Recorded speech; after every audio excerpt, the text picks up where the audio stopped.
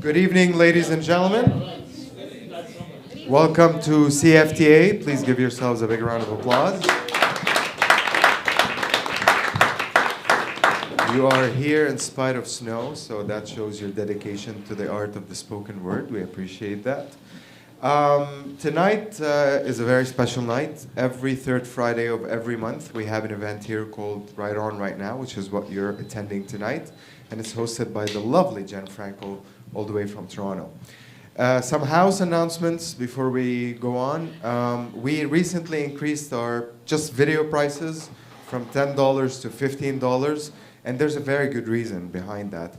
We had to buy a new USB-C cable, so we're passing the cost on to you. Yeah, doesn't make sense, but you know, it's inflation. We're inflating it.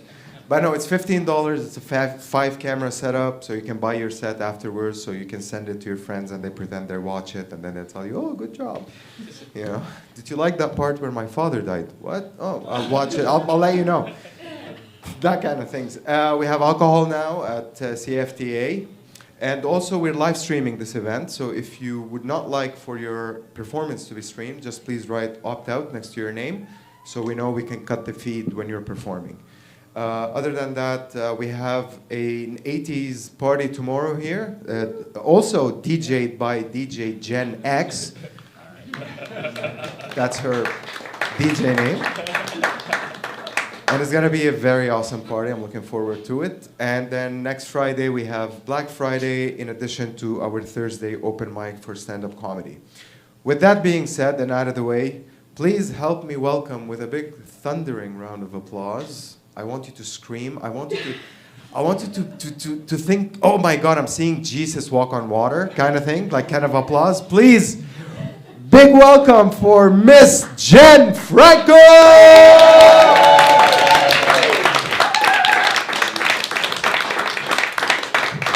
This. I'm coming back here. I did stand-up here for the first time last night, the very first time in my life I've ever done stand-up.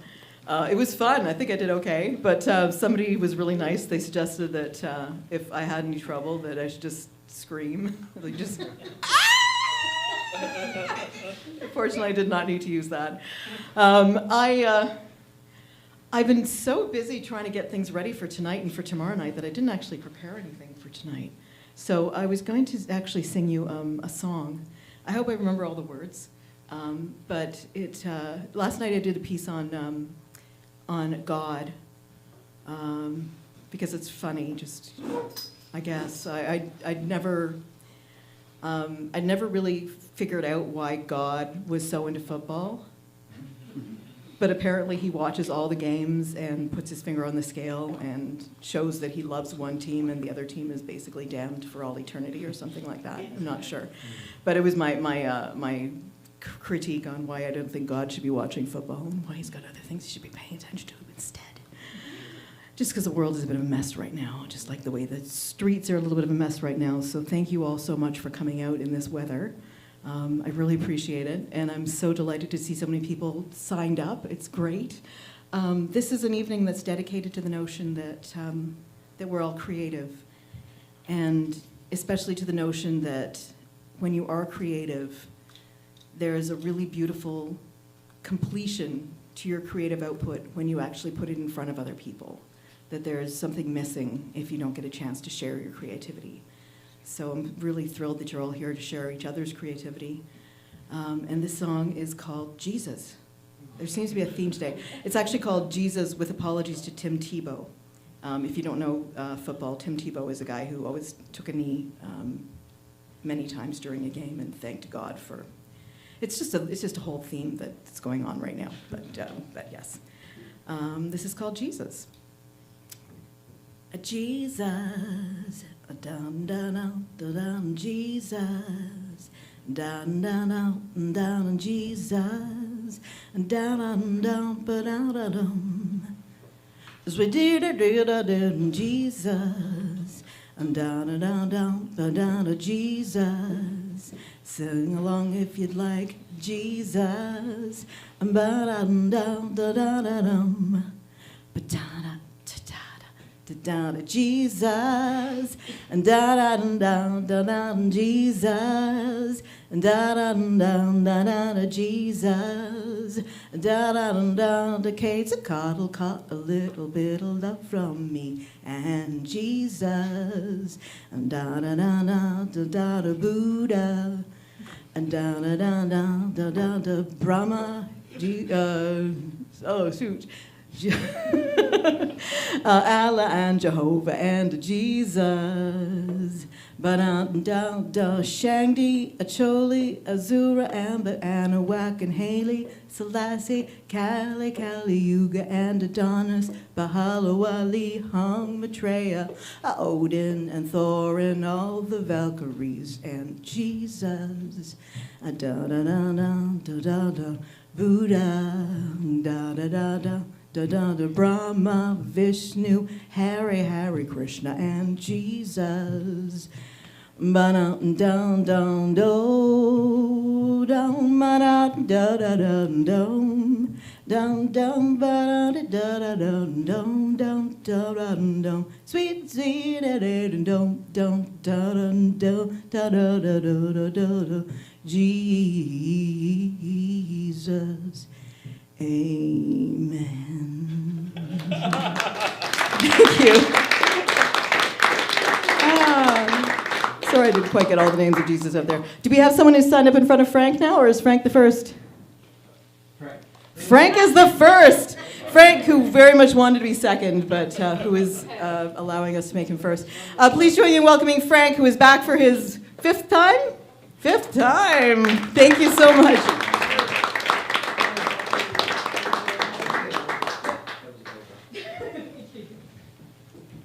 I was going to try sitting down, but nothing new.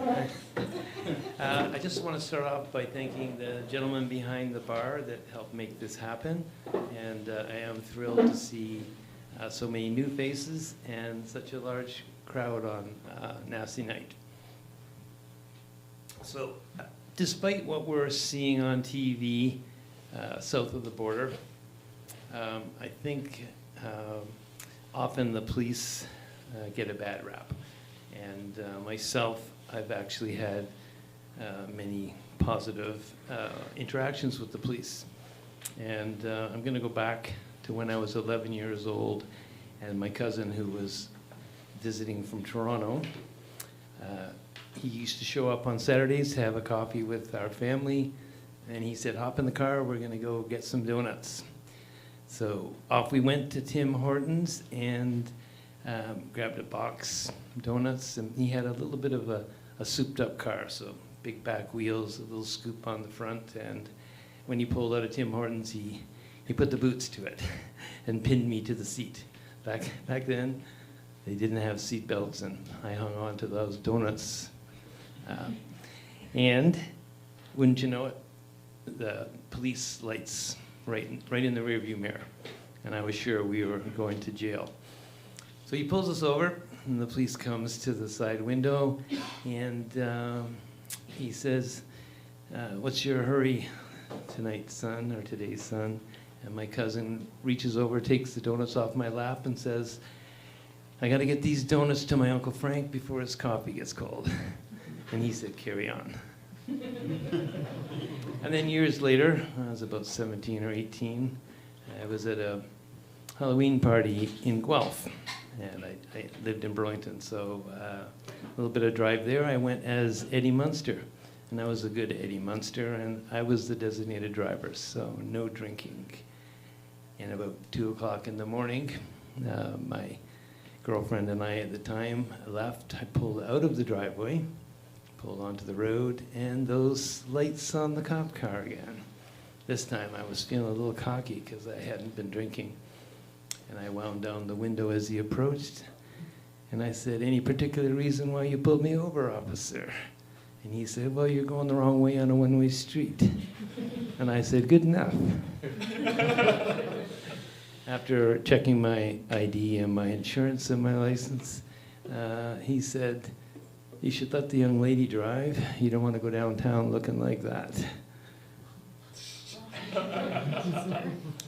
And then, about 10 years after that, that girlfriend and I got married, and after starting our careers, we decided to start a family. And my wife was checking all her cycle, and we had graphs all over the house, but we weren't having any success. So she suggested that I go see the doctor, who made an appointment at a clinic. And I'm sure you're wondering how the police are involved in this.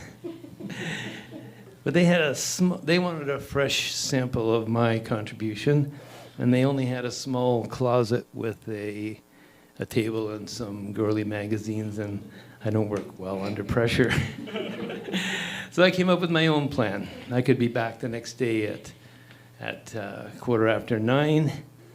My sister, who lived closer to the clinic than I did, said she'd be away at work by 8. I got there at 8:30.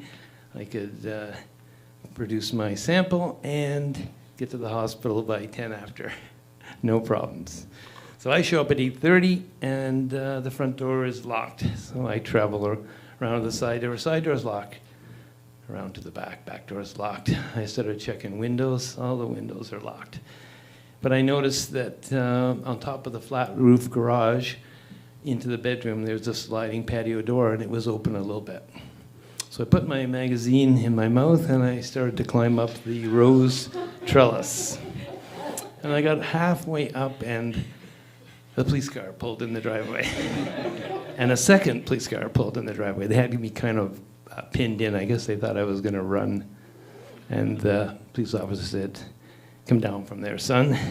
So I took the magazine out and threw it down, climbed back down, and I explained to him best I could how I was in a bit of a hurry and that it was my sister's house. And he was very understanding. He said he needed to speak to the neighbor and that I could continue with my task. Now I'm running out of time because it's 8:45 and I have this appointment at 9:15. But I managed to get done what I needed to do and hopped in my car, and wouldn't you know it, those lights on the cop car. I pulled over, and the police officer asked me, any reason for speeding today? And I paused and said, I got to get these donuts to my Uncle Frank before the coffee gets cold. And FYI, I do have 3 beautiful boys. Thanks again for listening to me.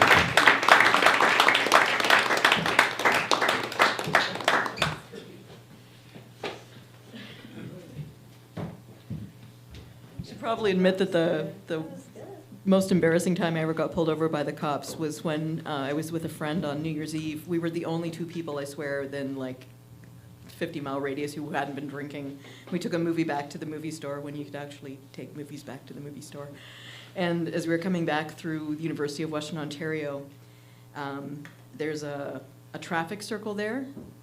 And for some reason, we just decided it would be really, really fun to start driving around the traffic circle over and over and over again, just giggling our asses off because we were like 18-year-old girls. And the cops pulled us over at that point. I didn't have a good story. I wish I'd known about the Uncle Frank's Donuts thing. Please join me in welcoming our next reader or performer for the evening, Amy.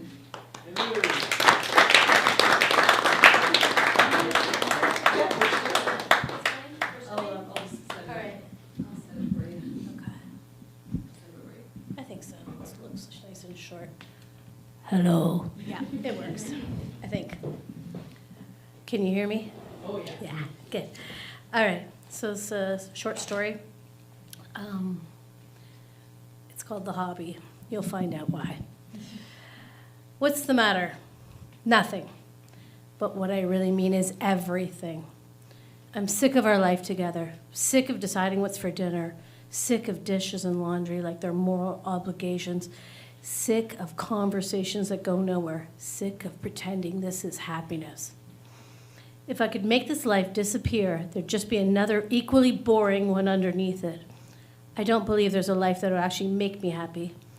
I've only ever experienced temporary happiness. Little blips. Maybe that's all there really is. It's like when you're not sure he'll text and he finally does, or when strangers like something you posted, or a kiss that surprises you. It wakes your body up before your brain ruins it.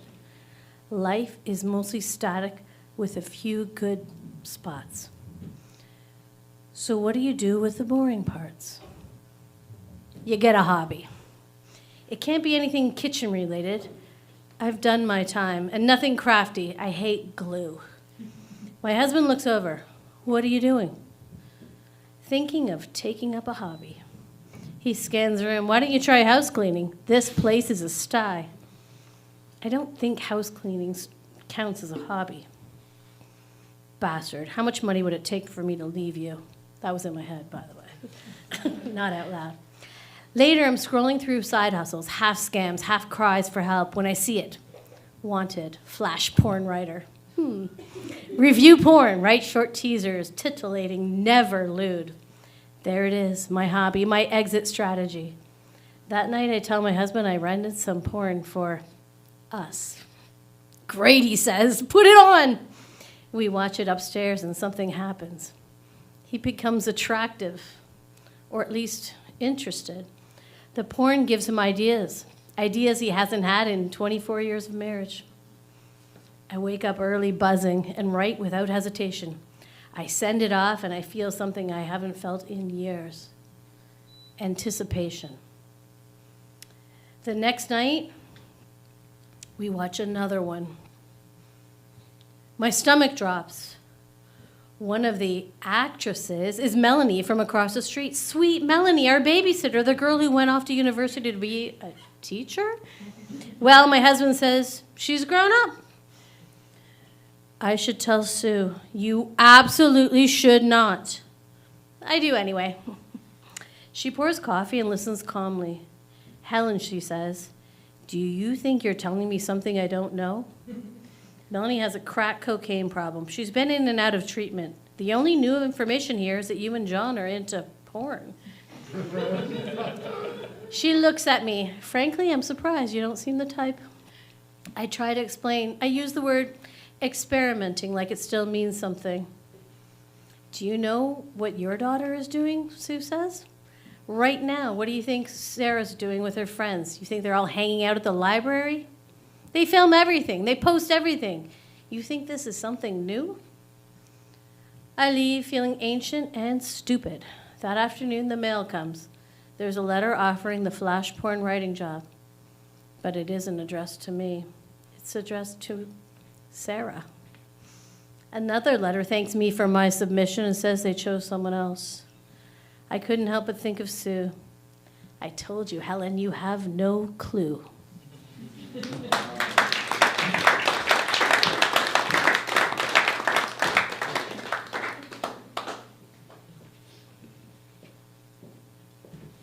Another round of applause for Amy.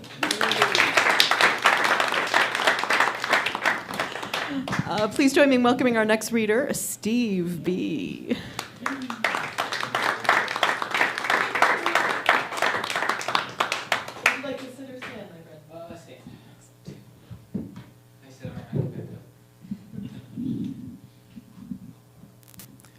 Hi everyone, my name is Steve Bernardi. I'm an author from here in Hamilton, and recently I entered the Hamilton Gritlit literary contest, a short story writing contest. The one problem with it was that the word limit was only 500 words, which is not a lot for me. I have a hard time compressing. Some of my favorite things that I've written have been between around 6,000 to 9,000 words. There's a lot of 500s in that. So I wanted to do it anyway because I could win some money, but also I wanted to push myself a little bit. So I've produced a short story today and under 500 words, just barely. Just barely still counts. It is called No. so I'm going to read that for you today. I want to know everything. Putting on the hat doesn't feel particularly strange. The old man said it would imbue me with knowledge. How much knowledge, he wasn't sure. That suits me just fine. I wonder what's changed. Suddenly, I know it's altering my brain chemistry in countless ways, most notably in my hippocampus. I like that. I want to know more. A dam breaks. Facts and concepts flood my consciousness. I know there are exactly 9,423 stars currently visible across the entire sky, not accounting for light pollution. I know there are 7 living people with the same name as me. I know there's a boy in Denmark who will start World War III when he grows up. I know dragons once roamed the earth, most wiped out with the dinosaurs. There are still 3 who awaken from their decades-long slumber at different intervals to feed. I know 1 killed my great-grandfather. I know it remembers the taste of my bloodline fondly. I know if there's a God. I don't like the answer. Boundless truths cascade over my being. There isn't a limit. I would know if there was. The weight of it all is immense. Such choice. I seek shelter from the storm, the only place I can. Within. I know that was a mistake. I see myself as everyone I've ever met has seen me. I know that Linda Kircher, first love of my life, did in fact love me back. I know my friends at the time had convinced me otherwise. Some out of a genuine belief I was out of my league and would get hurt. A few out of carefully veiled disdain. 1 wanted Linda for himself, but I know he wasn't successful. I know I missed exactly 4 other opportunities for true love in my life, either by coming on too strong, or being too aloof, or just not recognizing a good thing when it was in front of me. I know my current partner is thinking of leaving me. They'll talk themselves into it in 6 months. I beg it to stop, but I know it won't. I know every mistake I've made in every job interview, every sentence I misspoke which cost me opportunities and friendships. I see my life as a garden of forking paths, the optimal routes traced in gold, the ones I took a dull gray. I know I sought this hat because I thought it would make me feel in control in a universe I now know is ruled not by chaos, but by ineffable mathematical equation. I know I'm going into cardiac arrest. I know the old man promised powerful people a guinea pig for this hat, and they're coming for me on what I know. I know I want nothing more than to take this hat off, but knowing how is just a drop in an endless, unforgiving ocean, and I know I'm drowning. Thank you, everyone. That was No. If anyone is interested, I'm going to do a shameless plug here. In the last 2 years, I've put out 2 books. First one is a fantasy story called How to Succeed in Skeleton Business, big for people who like Lord of the Rings, Dungeons and Dragons, that sort of thing. And then just recently, a few months ago, I put out Whisper Falls, The Town That Dreaded Halloween, a collection of 7 original Halloween short stories. My books are available on Amazon, Indigo, Walmart, anywhere you can find literature online. I hope you'll check it out. Thanks, everyone.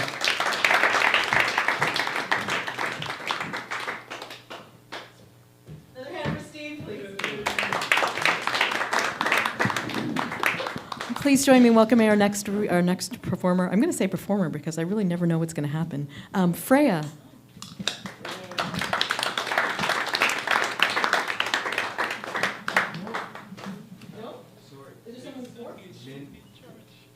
Did I get it wrong? No. Oh, shoot, I did. Oh, I'm sorry. Michaela. Michaela was wondering what had happened. Oh, sorry. Oh, you want to sit or stand? I'll stand. Thank you. Yeah. Let me pull this up because I cannot memorize it. I'm going to read 2 short poems simply because I'm indecisive. So the first one's called No One Wiped the Counter. I lost people the way bars lose regulars, slowly, then all at once. One day they're there, leaning into the counter of your life, complaining about the weather, the world, their bad luck. And the next day, there's just an empty stool and a ring left by a glass no one bothered to wipe clean. I've lost places too. Streets that once knew my footsteps now pretend they've never seen me. The house I grew up in doesn't smell like anything anymore. Just walls and dust and echoes that don't answer back. I've lost things I thought were permanent. My hunger, my faith in late nights meaning something. The idea that staying was braver than leaving. Loss doesn't arrive loudly, it doesn't kick in the door or announce itself.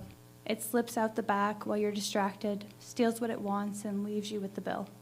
People say you heal, they're wrong. You just learn how to carry it without spilling vodka on your toes. Sometimes I miss them so badly, I almost call their names. But the silence answers faster and with more honesty. So I drink, not to forget, but to sit closer to the ghost, to remind myself I was once surrounded by something worth losing. Wow.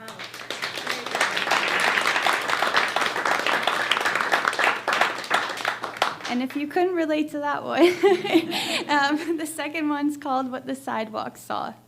I watched a man crush a bug on the sidewalk, not because it was in his way, not because it bit him, but because he could. A small, wet decision a small, wet sound, a decision made without a second thought. He kept walking, and I thought, this is how it starts, not with wars or speeches or men shouting into microphones, but with the quiet pleasure of ending something that never asked to be seen. We call it instinct, call it nature, but the bug wasn't cruel. It didn't savor the moment. It didn't feel tall afterward. Man does. It's a practice motion now, heel to the ground, eyes forward, guilt tucked neatly into the soul. I've crushed things too. Not always with my hands, sometimes with words, sometimes with neglect, sometimes by just not caring enough to bend down and look. Maybe that's the worst part. How easy it is, how familiar the motion feels, how little it costs to become exactly what disgusts you. The sidewalk didn't remember, the man didn't remember, but I did. And now every time I hear a crunch, glass, bone, silence, I know it was never really about the bug.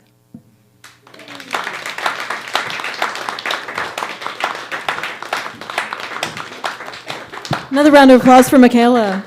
That was great. Your first poem made me think about there's an album by a band called Marillion called Clutching at Straws, that they wrote all the songs one at a time in different bars that they'd been in during tours. But it just made me feel that same kind of wistful sadness. It was really great. Thank you. Please join me in welcoming, for real this time, Freya.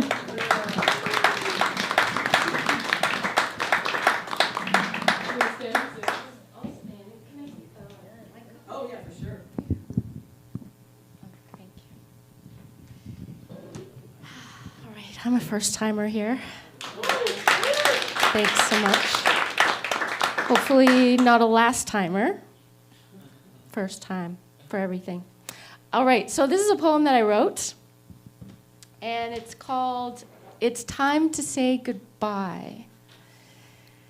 The majority of our life is spent accumulating things, accumulating wealth or accumulating debt, accumulating friends and acquaintances or accumulating foes.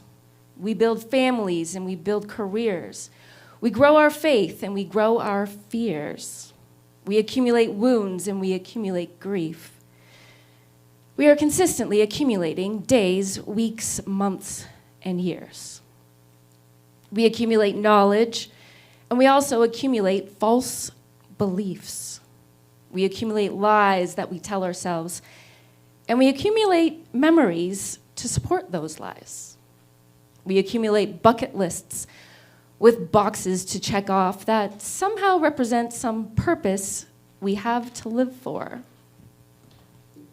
But then comes a day when we stop accumulating and we start shedding because our wisdom has been growing, and we start to shed the attachment to wealth as much as we shed the debt we've incurred. We shed our attachment to families and careers.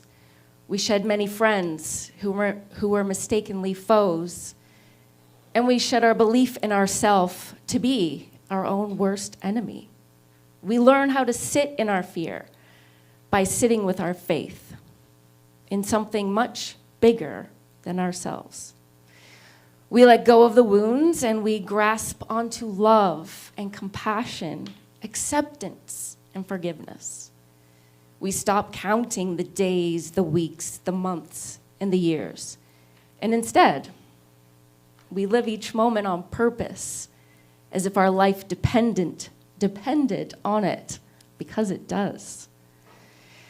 We let go of what we think we know Because what is more revealing than our own beliefs is the realization of the unknown. Allowing our lives to unfold in the mystery of it all as we shed the layers of what once was. We shed the layers of a false reality built on getting and goals. We shed the need to accumulate and assimilate into something that was never really in alignment with a soul having a human experience on earth. We find new moments rooted in trust and love and present moment here and now. Moments of what is instead of what once was or ever will be. We stop checking off boxes and we remove ourselves from the box of mainstream expectations, telling us what it means to live a life that is fulfilled and meaningful. We shed the belief that to have a meaningful life means we must have done something. And instead we have learned that to have a meaningful life means we were able to be something. Something that inspired others to let go. Something that allowed others to be themselves without expectations. Something of a spiritual body that came here to be okay with being nothing, while at the same time having everything, knowing that it could all be taken away in an instant. Because that is the art of non-attachment that we must all come to learn at some point. If not, then it will find you the moment before it's your last day here on earth. So why not start now? To let go, to shed it all, to live freer, lighter, already with so much abundance within you, and nothing to fear.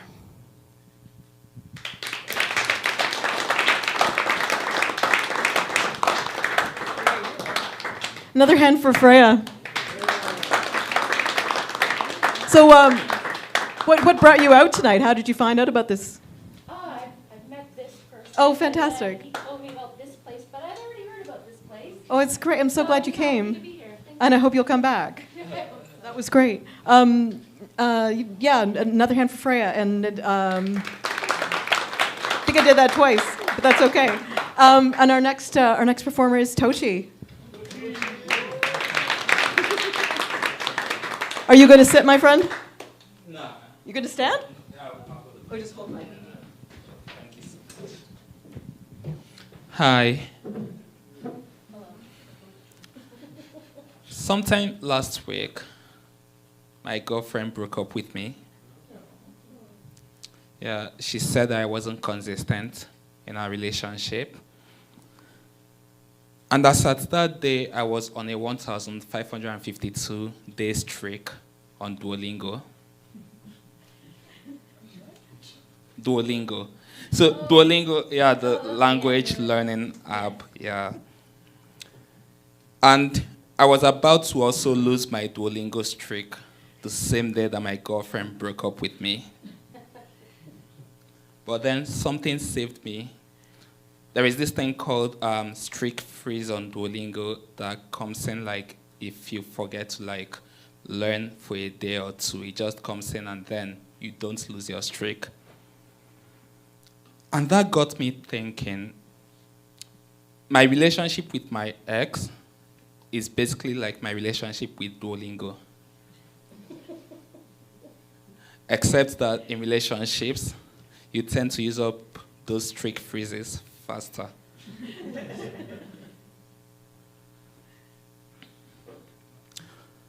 But with Duolingo, I was learning Spanish, I still am. But apart from the beginner phrases and sentences that I had learned, I really don't think I'm learning any other thing on Spanish. I haven't learned any new words, or probably at least I haven't learned any new sentences. But I keep on going back to it. Why? Because I don't want to lose my streak. Which is also the same thing that happens in relationships, in marriages. And I see we have a lot of couples in here tonight, a couple of couples. That makes sense. I should start saying that often. And I really appreciate it when I see like couples who really love each other. Because sometimes being in a relationship with someone feels like you're just going through the motions like every day. You come home to your partner and you do the normal things that people in marriages do, but you don't listen. The same way I don't really pick anything from Duolingo. I don't listen. Like, I've not learned any new sentences in months probably, but I still like get through it. And it always had me thinking like, what keeps people in these marriages? Is it like the promise that you made? Or does the love like kind of renew every day? Or is there some sort of strict phrase that I didn't know about? Like, I wonder how someone would feel so strong about their feelings that they would promise someone else that they would love them without fail in sickness and in health for the rest of their lives. Logically, that doesn't really make sense to me because I don't know if you know, but there are a lot of days between now and the rest of our lives. If you told me that you would love me for the rest of our lives, I'm already like seeing you as a liar. Which should ordinarily be a ground for divorce. But what if we started saying stuff like marriage vows like, this is how I feel today, and I'm entering this relationship with you based on this fact right now. I love you because you have your 2 legs complete and you can still walk. Your job seems secure enough right now. And I'm not saying that I would leave you if you lose your job. But there is a possibility.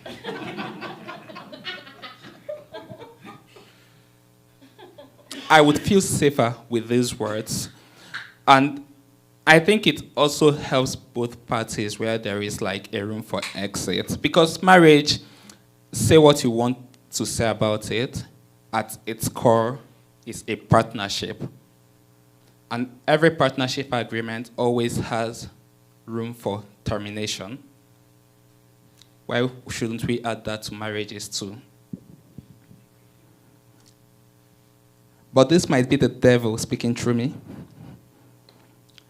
And I know this because I've seen, of course, everyone here knows more. Why would I make that kind of assumption for everyone here? Who gave me that power? But I personally have seen more failed marriages in terms of people like walking through the motions, and then the ones that are brave enough to like leave the marriages, than I've seen the strong marriages. So let's say that on average, I've seen 10 good marriages and 100 what I would term bad marriages. For those 10 good marriages, sometimes I also feel like it's worth the risk. Yeah, because each time I've seen them, like my friend George, who is in here tonight, and I look at him and his wife, I picture George alone, and he's a genius. I'm not even taking that away from him. But he's just dumb enough. Or rather, he's just not dumb enough to like be almost as successful as he is. But with his wife, it's just like he was turbocharged to another level. And I hope that marriage stands the test of time. But as at today, it's as successful as I would ever hope for anyone to be. And it's because of his wife. And I know if he comes up here, who would say the same thing. And I love that for him. And I love that for the 10% of marriages or whatever that worked. But then, I would have one question for us. Should I just stop giving a fuck about my Duolingo? Thank you so much, guys.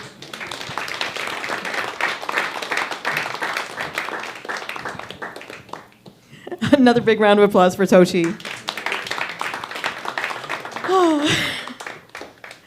I never thought of language programs quite like that before.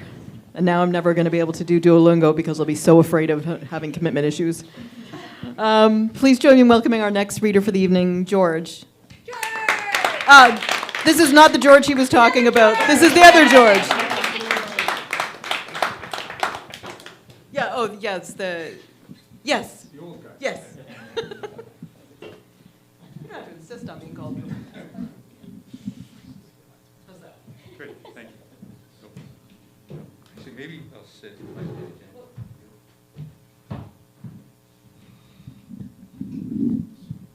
That's good, thanks.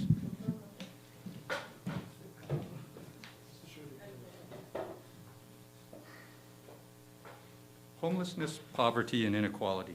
They've always been here, but not in my sphere. And to be clear, I struggle to admit I'm indeed fortunate. Born on third, but thought I got a 3-base hit. Did it on my own merit. What others rightly saw as the luck of the draw, I took to mean I had no flaw, for that's the unfortunate effect of an entitlement complex. But then it happened, knocked off my spot. Suddenly aware of all the breaks I got. Given a name and a face, shown the place, walked the space. A world devoid of hope, smelling of dope, impossible to cope. And I realized that a building's not defined by the number of floors, but by the number of stories behind each door. For I heard at 10 his dad hooked him on heroin. That was the family he was raised in, never given a chance to begin.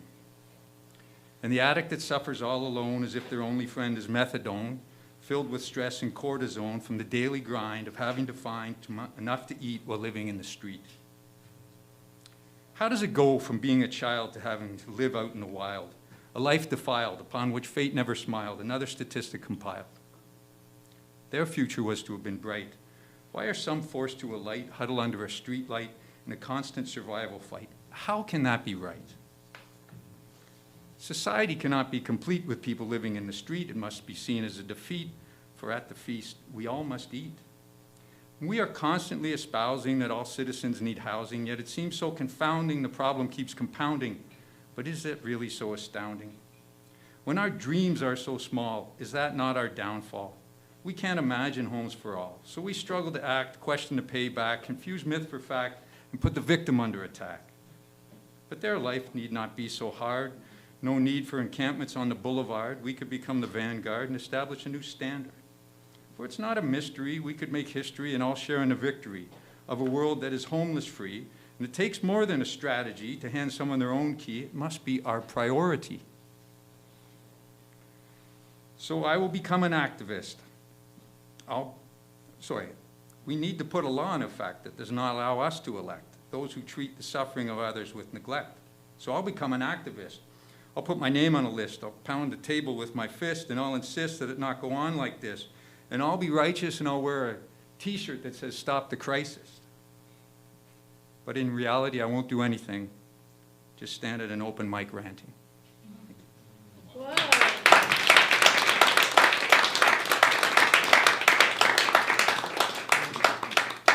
One other one. I can't sing. I can't play an instrument. Can't write music. But other than that, I wrote this song. So all I have are the words. But so I'll share the words. But it was really written by. It's just for 40, 50 years I've been listening to protest songs and movies, and so it just struck me that I don't know how effective they are. So I kind of put them all together, and this was my shot at it. It's called Too Slow, Too Long. In the heat of the night, they kill a mockingbird, but if Beale Street could talk, we wouldn't hear a word. Because what it's worth, there's nothing happening here. Times are a-changing, but it's the same year after year. Too slow, too long, the same movies, the same songs. Martin had a dream, now it's a scream. I can't breathe.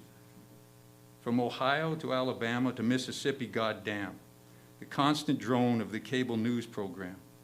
For this revolution will be televised, so the hate that you give can't be disguised. And the ways of the past have deep roots, so the trees still bear the same strange fruit. And you can't be safe in your American skin, so we're right back where we've always been. For it seems the arc is long and they won't let it bend, so the songs and the movies may never end. Thank you.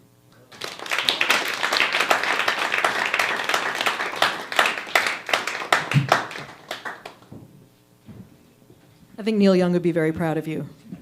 I heard him on the news about a year ago saying that he wants more people to write protest songs and thinks that that's really important. And I think you wrote a really good one there.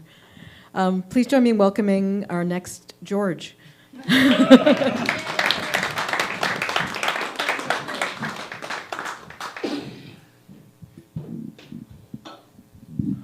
I'm a filmmaker, and part of what I do is I learned it. I'm a civil engineer by profession, but then I decided to jump over to something more creative. It's followed the long depression. I'm not going to bore you with it. Suicide, blah, blah, blah.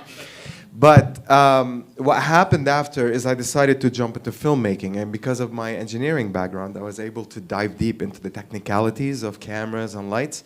And based on that, I got a really great opportunity in 2020, which is to go to Expo Dubai, which is this big place where every country would have a pavilion and they showcase, you know, some history about the country, some tourism, whatever you want to showcase. It could have like a show inside for your, you know, folklore, whatever it is.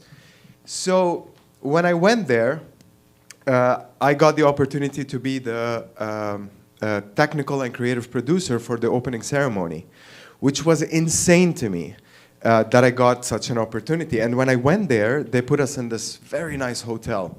And my team and I had, they had rented for us the project, the business center at the hotel.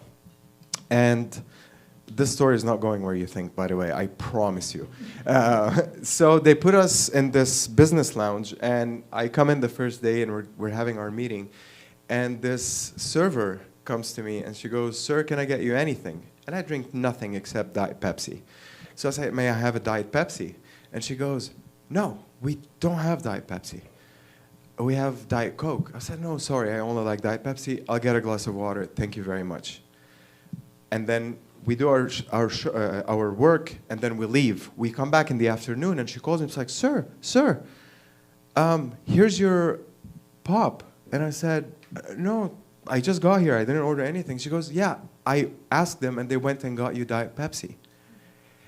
So I look at her, and of course, it's a 5-star hotel where they put us, so you expect something like that, but like the enthusiasm she had was genuine. So I ask her, "Hey, what's your name?" And she goes, "It's Larnie." And I go, "Larnie, I will never forget you." And this is where I start telling you the story is absolutely not going where you think. At night, I have this very stupid habit of calling my wife a lot. I love her. Now you can see where this is going. So I call her, and she didn't pick up. So I wanted to play a prank on her. So when she called me back, I had put the pillows inside my bed. And I said, when she called me, I'm like, "Oh, sorry, I'm busy." She goes, "With who?" I'm like, "First name, Larnie." Like, "Yeah, like, call me back, I'm busy." She goes, "You fucking dumbass, like, what are you doing?" Like, so we talked, and this is how this is not going where you think. Because my wife is the most awesome person I've ever met in my life. And just like every story that ever happens, there are two sides to things. And I would like to offer you my side so you understand that there's other forms of love out there.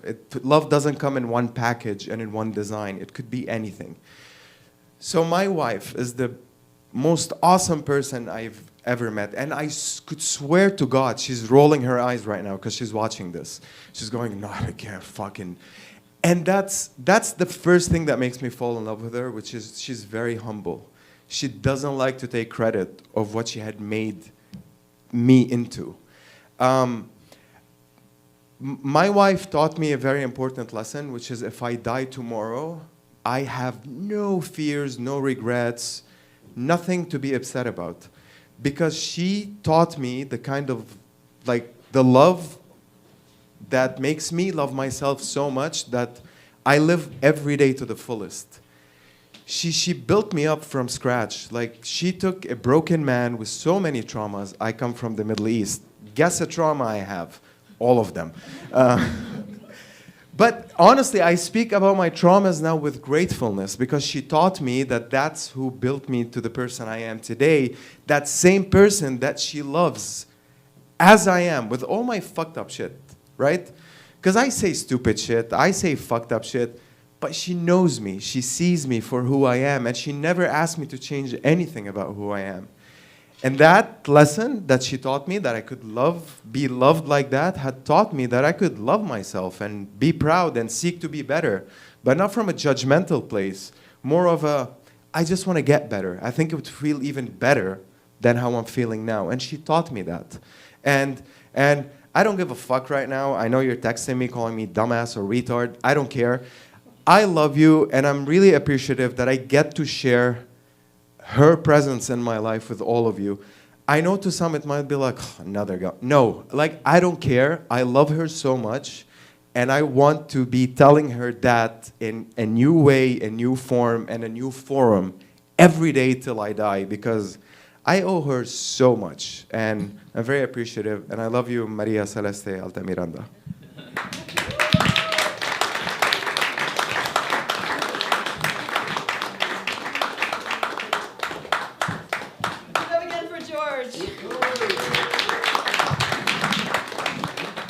Kind of a lovely evening. Please join me in welcoming our next reader. And if anybody who's just come in wants to sign up still, there's the book is over at the, but you don't have to. You just, if you feel like it. Please join me in welcoming our next reader, Risvi Rose.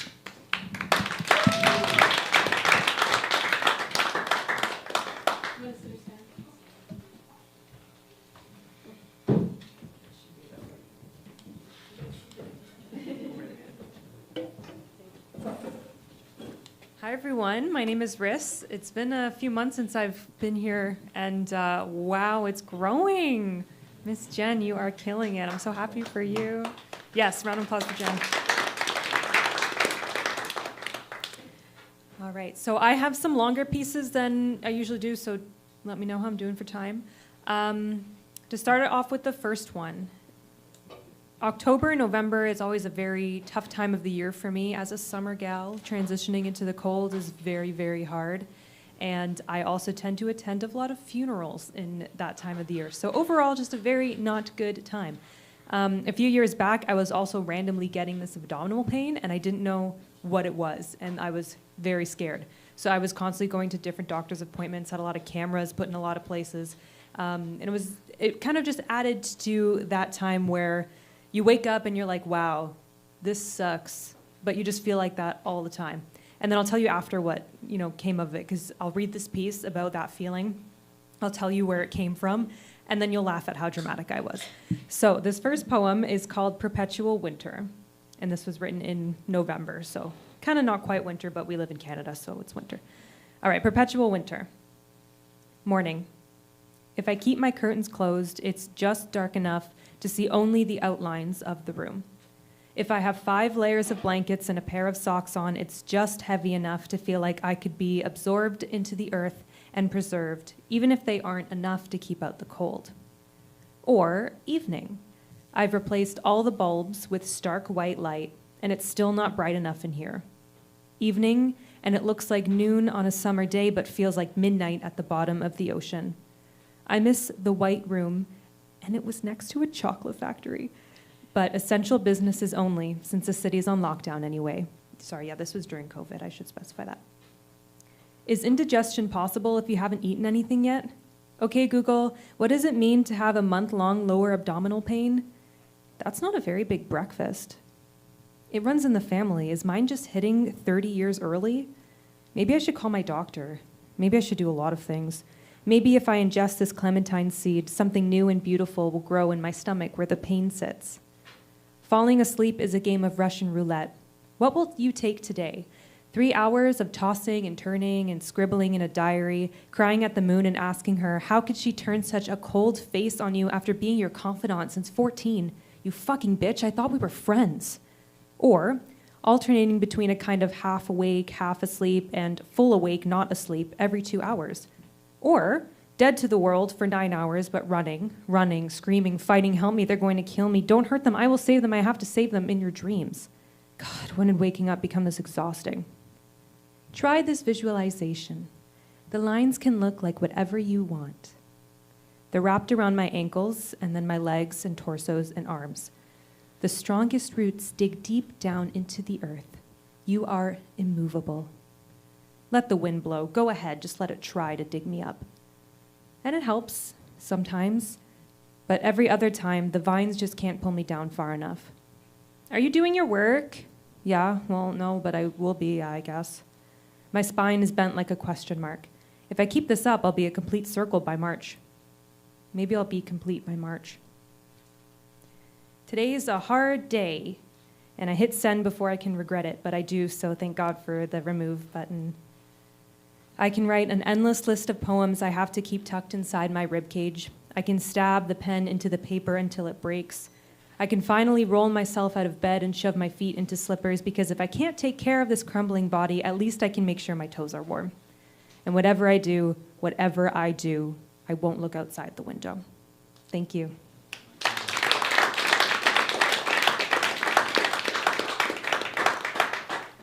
So then the funny story that goes along with that, I just gotten a new night guard for TMJ problems, and my dentist had said, so you can clean it with soap. And I said, soap? And he said, yes, soap. And I said, not toothpaste? He said, no, soap. I said, okay.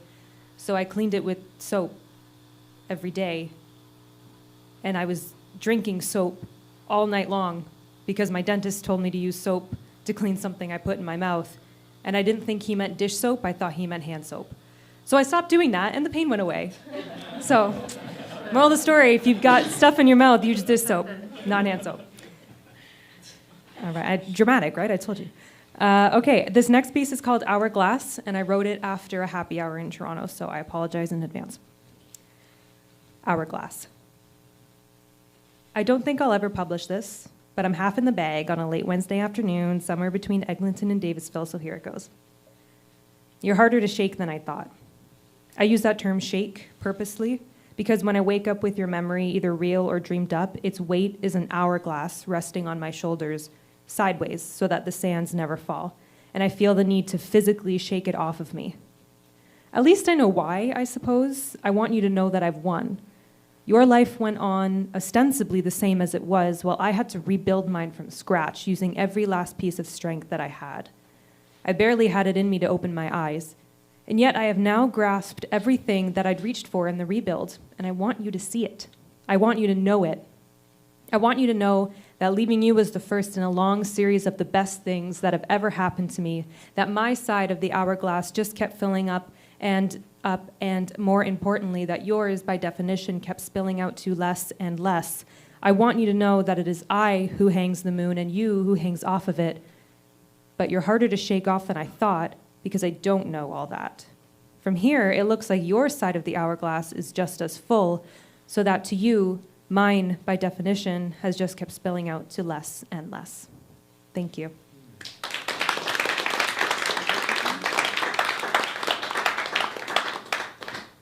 All right, this last one, as I mentioned, a lot of funerals in October, so this one is called 25. It's your birthday. I got myself a treat to celebrate. If I put candles in it, the wind would blow them out in the absence of your breath. It's your birthday. I canceled my plans to celebrate by writing a letter and pretending we were playing board games at your 17th. It's your birthday. I sang "Happy Birthday to You" by myself in my room. It was the saddest sound your ears will never hear. Thank you so much.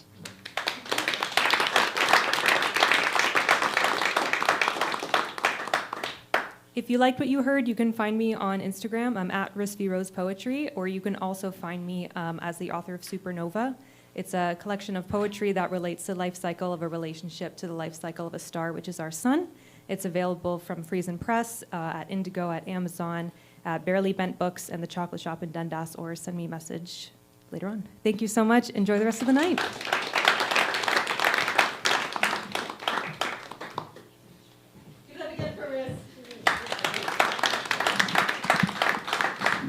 Please join me in welcoming our next reader, Stephen B. Pearl.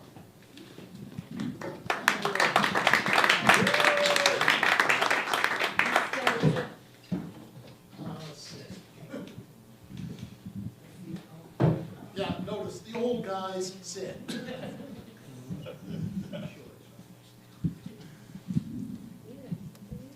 Okay, everybody. I just want to make one quick announcement before I begin. Sharp Words, Hamilton's own literary winter festival, is going on January the 31st, and I can tell you when and where. So, one of the great things about writing science fiction is you create cultures and peoples. And if you do it properly, they're not just clones of something Homo sapiens are doing. And Freedom's Myth is the third book in my Freedom Saga. And this section involves a, Batzoid, which is an alien that looks like a giant bat with a head like a cobra and 4 legs and 2 wings. So, Rowan is a Homo sapien and he's receiving some medical treatment. Asalu let out the hiss that served his species as a laugh. At least you bothered to read the entry. Most sentients do not. You are going to tell me what happened with you, with your wings. Rowan went to holding the Batzoid's hand. Do you know the legend of Jacony? Asalu flexed his fingers and stared at the wall. No. Rowan ignored the way the crippled sentient's hand trembled. Without the needless big words and groveling the servitors put on it, it is something like this. A royal guard in the city of Hyas, named Jacony, rescued the prince and eggs from 2 of the noble families when Sis, the god of corruption, destroyed Hyas with volcanic eruption. Jacony supposedly flew at incredible heights for a day and a night, finally landing by the blessed river Ratwa and starting a civilization that adhered to the winged way. It sounds like an interesting myth, remarked Rowan. The theocracy considers it fact. Myth can inform science, but it always has to be taken in the light of evidence and reason. That is why I will never fly again. You see, I thought there was more to the story. I took the seeds of the myth and studied them. I accepted that Jacony was a historical personage. Then I wondered about his life. The legend says only that he came to Hyas in his young adult years. I asked myself, where would he have come from? Another city? Encouraged Rowan. Asalu flicked his tongue. Originally, I believe he was hatched in the city of Sliss. We know from archaeological digs that Sliss was destroyed by a volcanic eruption roughly the same time as Hyas was. I postulated it was a few years earlier and that Jacony was a child when it happened. He escaped the city and joined the bands of merchants carrying goods between the settlements. He would have wandered the deserts, learning how to survive, coming to Hyas as an adult. It's an interesting origin, agreed Rowan. The Theocracy Council thought so. You see, it matched with the legend. They exulted about how the great flyer of the skies had led Jackany from the start, and the prophet had been the great he-she's chosen one. They even did a children's sensory entertainment, Young Jackany, the stories of Jackany as a nestling. Of course, in the series, Jackany was a servitor, which I found no evidence for, but by and large, the episodes did show ancient life accurately. Every episode, young Jackany would face a moral dilemma that would be surmounted by following the winged way. Hold on, Rowan looked incredulous. Are you telling me Batzoids have cartoons? What better way to educate the young? In any case, I received my standing one, what Homo sapiens call a doctorate, on the strength of that early work. If I'd only left it at that and studied something safe, but I felt I owed it to Jackany to look deeper. The legend says that Jackany became a guard to the royal family of Hissas. You see, Hissas was not ruled by the servitors, but by warriors who took their place by force of arms. The city allowed many faiths and had an open view of sexuality and lineage. Homo sapiens and Batzoids seem to have a lot in common. Calling the other guy a pervert has been a common way of vilifying people for us as well. As I saw in my studies, it is good you see it for what it is. Asalu flicked his tongue. Through several adventures, Jackany rose to be the captain of the guard. This is where my work began to annoy the Theocratic Council.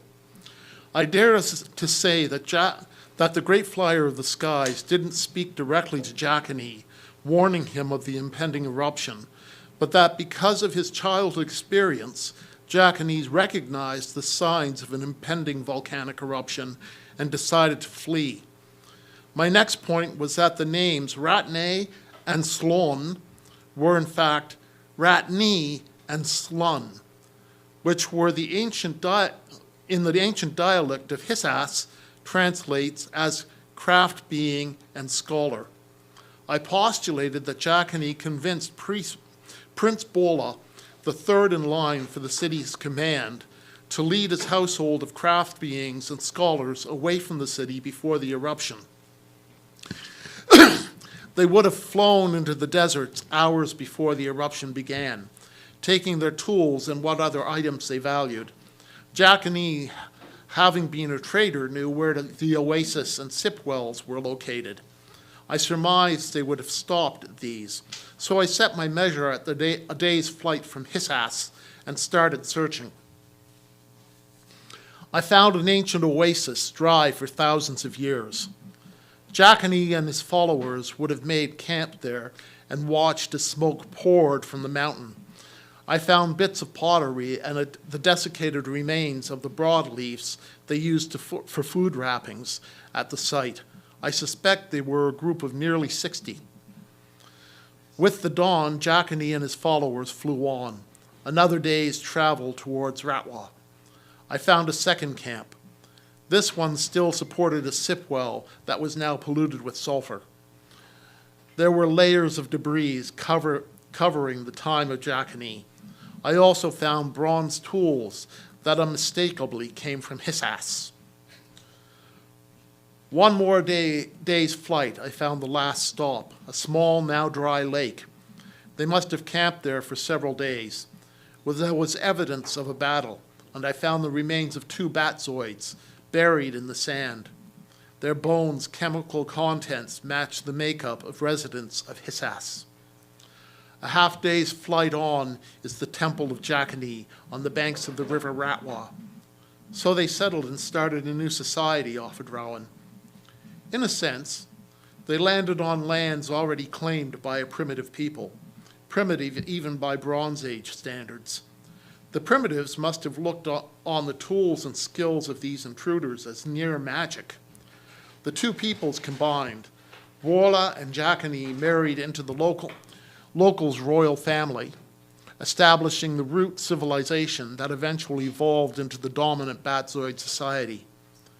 Sounds like solid archaeology, Rowan nodded. The Technocratic Council called it heresy. They insisted that the myth was true and could not be gainsaid. Servitor guards snatched me from my nest and dragged me to the Temple of Borla, the Hall of Judgment. Tim entered the room and moved to join Pikeman and Ryan at the nanobot manufacturing unit. The three men were soon having a discussion in whispers. Asalu shook his head and flicked his tongue. The funny thing, the view from there is beautiful. It is high on a mountain, so high the air is always cold, and there is snow on the ground. A green valley spreads out before it, ending in a lake. The temple itself isn't much, just a cave with the statue of Borlar at its back, and the fire pots. There are 5 of them. I was lucky, if you want to call it that. The servitor charged with painting me had read my work and thought there was merit to what I had said. When she painted my wings with the ointment of truth, they chose the slowest burning of them. As the sun rose, they set me to judgment. Asalu looked at the floor. Rowan spoke in a whisper. What did they do? They lit the ointment on my wingtips. I had a choice. Let it burn all of me, or try to reach the lake below where it would be extinguished. That is the great flyer of the sky's judgment. If you die, you are guilty. In my case, that would have meant the execution of my wives and hatchlings.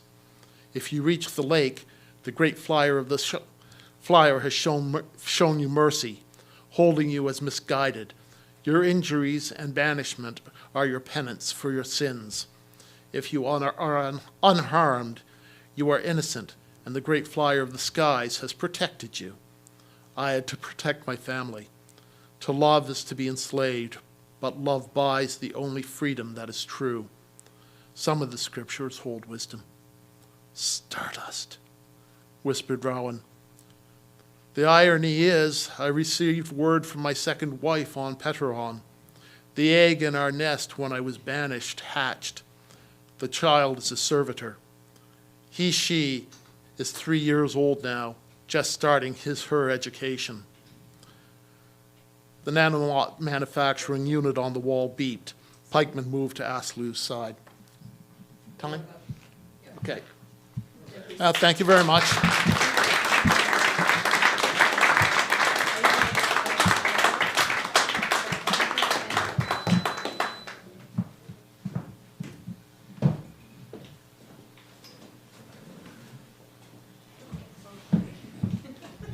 Another hand for Stephen. And please join me in welcoming a poet, my friend Betty.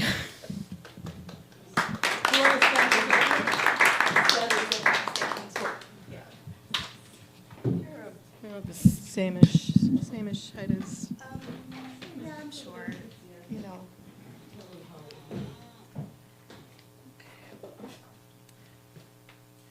Okay. So normally I'm more of a novelist like these two, but I've written some poetry while I've been blocked. So, all right, the first one is called Married, Unmarried, Relationship Anarchy. Does it start with a ring or a kiss, a commitment to bliss, or the subtle shine in another's eye from across a room at the turn of the year? By some I've had it one time, others 3. A walk down the aisle or an invisible door in a forest, an altered state, a seeker's trial. Do we choose it, or does it choose us? In truth, we don't choose who we're married to. I told myself to marry the heart untrue, and my heart laughed. I told myself not to marry the one afar, the distant diamond star that nevertheless woke me with his shining. And yet, as the 4th wave of the night overtook me, pulled by his gravity, I realized that this was physics, not psychology, magic entwined with biology, and I would know the touch of a husband in the harp notes of my nerves and feel the light of him on my soul. Put all of this in a ring, I dare you. Show me the finite and defined thing that can fit the meeting of 2 souls like sea to shore inside. We don't decide, we only collide, and the galaxies born in those collisions are what make the heavens sing.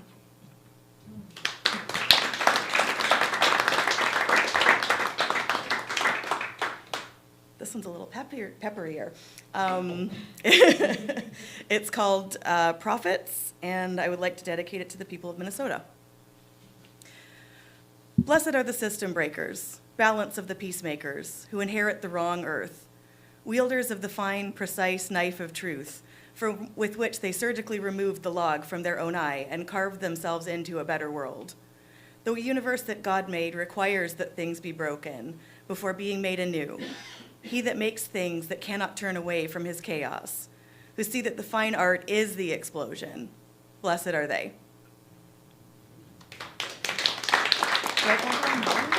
Okay. So this one is a song that I wrote. I feel for you, George, because I have no idea how to put it to music, but it's definitely a song. So, okay, it's called Thief.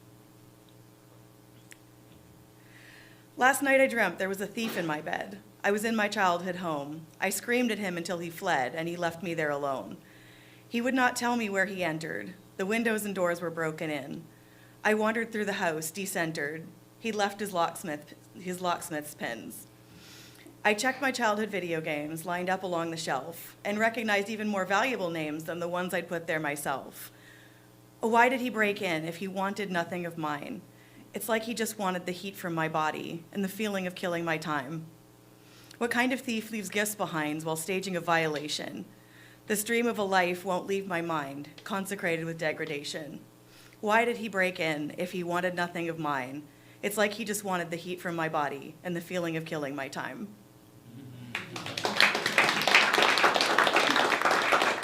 Thank you. If you're interested in my books, I write queer horror most of the time, and it's available in Chapters Indigo from Renaissance Press. My books are The Face of the Marsh, Distant Early Warning, and The Ground That Grows Roses.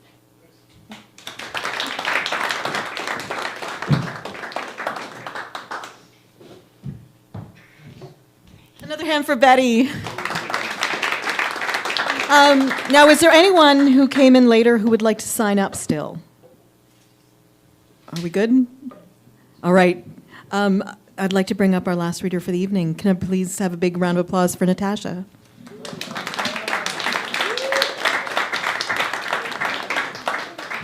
Okay, that's great. Okay,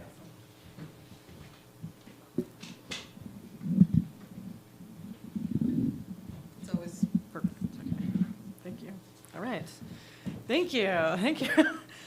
This is my first time doing, open mic. So thank you. I might just move this here, actually. Is that okay? Sorry. Yeah, it's my first time doing this. I just started doing stand-up before Christmas. Yeah. Discovered this place. And then I was like, you also have a night for telling stories? I was like, oh, that's cool. So am I okay with the mic if it's here? Is that okay? We're okay? Okay, perfect.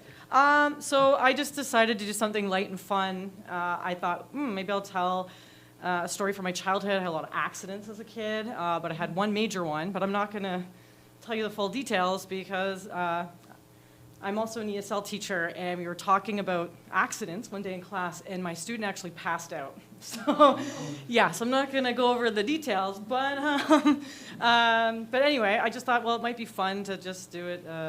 Rather than just telling the story, it's associated to the accident, but I find growing up sometimes, like, I love my mom, but because of the accident, it made her like a helicopter mom.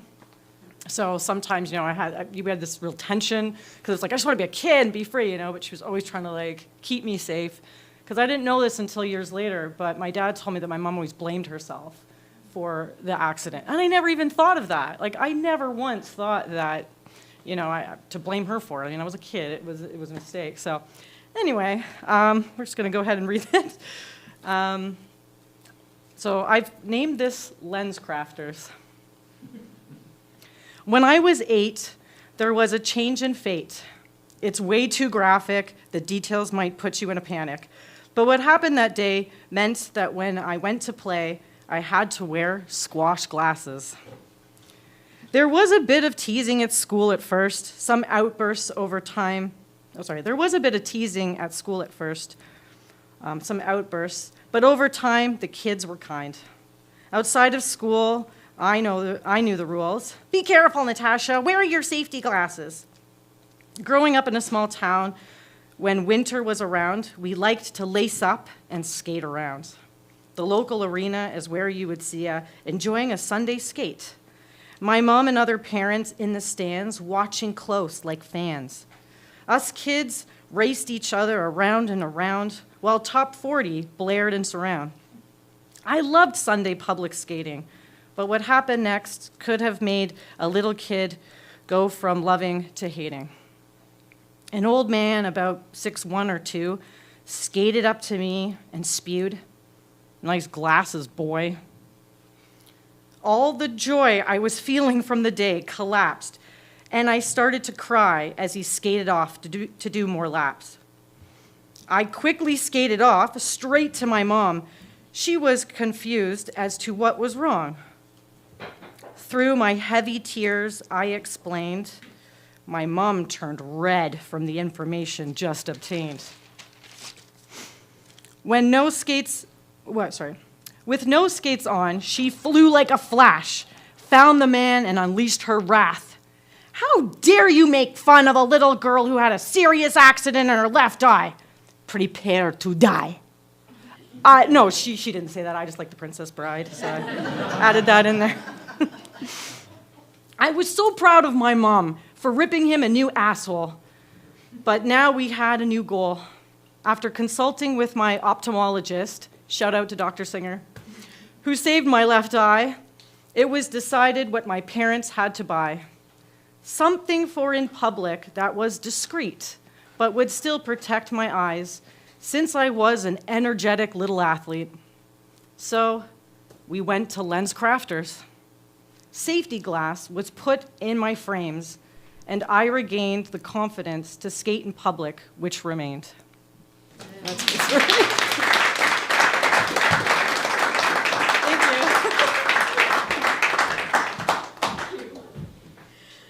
Give it up again for Natasha. I love the themes of the evening. They're like true love and Duolingo love and safety glasses and it was amazing just hearing everybody today. I'm so grateful that everyone comes and shares their talents and that other people come and just listen and enjoy. This happens once a month, so every third Friday of the month we'll be back here. This event's called Right On Right Now. It's a continuation of an event I used to do in Toronto, and I'm so happy it's here. Not just because it means that I don't have to drive to Toronto anymore, although that was a big part of it. The Center for Talking Arts has all sorts of great programs on, including every Thursday night. Every Thursday night is stand-up comedy night, and you can come and try out your stand-up or just hear some really great stand-up. And tomorrow night is something new. We mentioned it earlier, but I'd love for you to come back tomorrow if you like to dance at all to 80s music. It's $10 and it's a dance party, goes all night. I'm DJing. I will take your requests under advisement because I've got a lot of music I want to play. I hope you come back tomorrow night. There's drinks and I think pizza at the bar. Please have a great night and get home safe. Thank you so much for coming tonight.